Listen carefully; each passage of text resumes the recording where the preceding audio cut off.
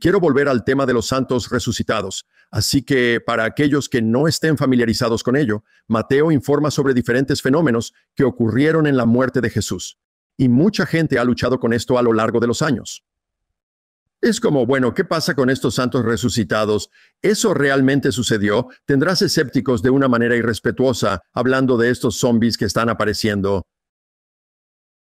Bueno, no hay muchos padres de la iglesia que hablen de esto. Creo que Ignacio alude a ello, pero no está muy claro. Muchos de ellos se refieren a cosas como la oscuridad, incluso el velo del templo, pero no mencionan a los santos resucitados. La mayoría de ellos no lo hacen.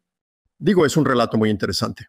Otra cosa que he observado es que si fueron resucitados en un sentido literal, fueron resucitados en un cuerpo de resurrección o en el mismo tipo de cuerpo, solo para morir de nuevo, como el caso de Lázaro.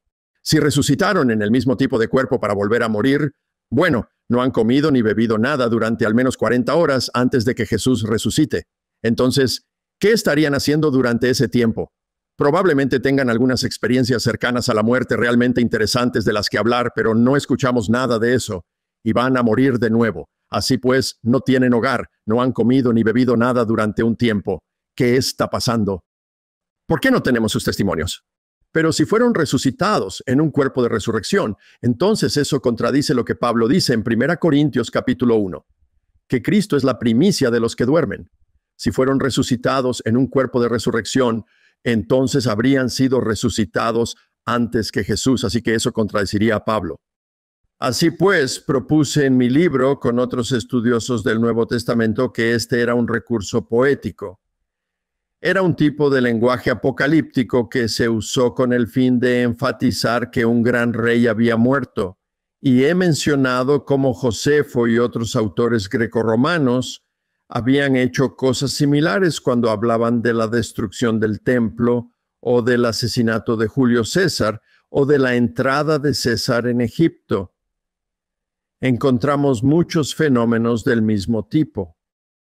Entonces aquí es donde Norman Geisler se opuso y dijo que yo estaba deshistorizando el texto y negando la inerrancia del texto. Y lo que yo diría es que no lo estoy deshistorizando.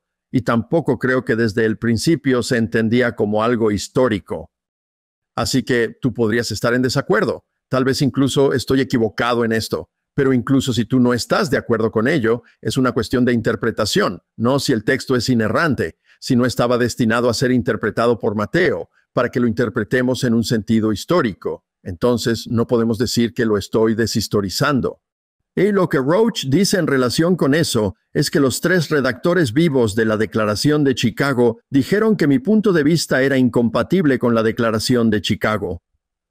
Y así se seguiría que los dispositivos literarios que yo proponía para el enfoque de los evangelios irían aún más lejos en el mismo camino y por lo tanto también lo rechazarían el primer día de la conferencia. Y le describí al profesor Packer el punto de vista como se lo acabo de describir a ustedes. Y algunos afirmaron la exactitud de la forma en que describí mi punto de vista a Packer. Luego les pregunté si pensaban que mi punto de vista eran compatibles o no con la Declaración de Chicago, y dijo que era compatible. Y entonces Packer dijo, y cito, estas son las notas que tomé. Norm me contactó y me pidió que emitiera una declaración sobre tu punto de vista. Lo hice a regañadientes por miedo a que Norm se volviera contra mí. Creo que te debo una disculpa. Entonces se disculpó y yo acepté sus disculpas. Y luego más tarde, Paul fue en la reunión que tú y yo tuvimos con él al mes siguiente y dijo, confieso no haber leído la obra de 750 páginas de Mike antes de que Norm me pidiera que hiciera una declaración. Esas son las notas que tomaste, Paul. ¿Recuerdas que dijera eso? Sí, claro que lo recuerdo. De acuerdo. ¿Lo recuerdas diciendo algo como lo que olvidé si fue Greg Odan que acaba de decir hace un momento cómo quería quitarse a Norm de encima? Sí, y esa era definitivamente la preocupación de Norm y la renuencia de Packer a entrar en la batalla. No quería crear olas. Así que definitivamente era una diferencia temperamental. Y creo que Packer fue presionado mucho y ya sabes, ya conoces el resto de la historia. Exacto. Oye, George, tú lo conocías, tú tuviste algunas conversaciones personales fuera de línea con Packer que nadie más estaba al tanto y tú y yo ni siquiera hemos discutido esto, pero ¿él compartió cosas contigo en esta línea? ¿Qué pasó? Sí, hablé con él, antes y después de la conferencia, facilitando que tú y él tuvieran algunas conversaciones. Y en verdad, puedo decir que me dijo en varias ocasiones que él pensaba que su trabajo estaba bien dentro del límite de entender la Biblia desde un punto de vista inerrante. También mencionó que lamentaba mucho haber sido presionado por Norm, no le gustaba tener que tratar con él, y que él te debía una disculpa, Mike. Él me dijo que bueno, como en unas 4 o 5, en numerosas conversaciones, yo no sabía que iba a surgir como un problema más tarde o habría tomado notas. Pero definitivamente me dijo que tanto su preocupación por Norm, la presión que vino de él y su apoyo a su trabajo. Y Parker, por supuesto. Creo que tu punto de vista sobre ese texto en Mateo, sobre la gente que se levanta, creo que es compatible.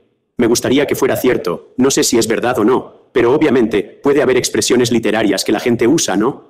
Pero todo eso se pierde en la traducción.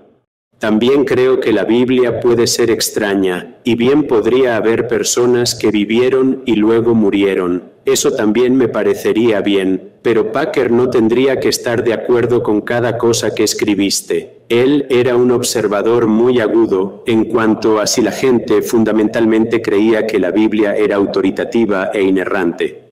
Y era un observador agudo si estabas en un bando. Yo diría que hay un abismo en el Gran Cañón entre las personas que tienen esa visión elevada de las Escrituras y los que no, y él tenía un muy agudo discernimiento sobre eso, y pensó que estabas bien. De acuerdo, muchas gracias. Bueno, como he dicho, tú y yo ni siquiera habíamos discutido esto, y es realmente interesante saber lo que pasó. Y Mike, también me gustaría añadir esto, y no quiero salirme de Packer si hay más que decir, pero creo que vale la pena señalar que en el libro que edité, Will the Real Jesus Please Stand Up?, este debate entre evangélicos y estudiosos del Seminario de Jesús.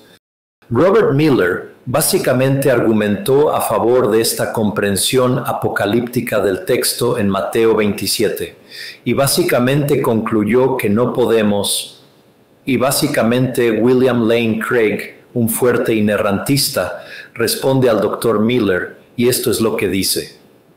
El Dr. Miller también intenta poner en duda la historicidad de los relatos de la resurrección, argumentando que Mateo se sintió libre de añadir al Evangelio de Marcos la historia de la resurrección de los santos, una historia que Mateo no tomó literalmente, sino que vio como una expresión figurativa del significado apocalíptico de la muerte de Jesús.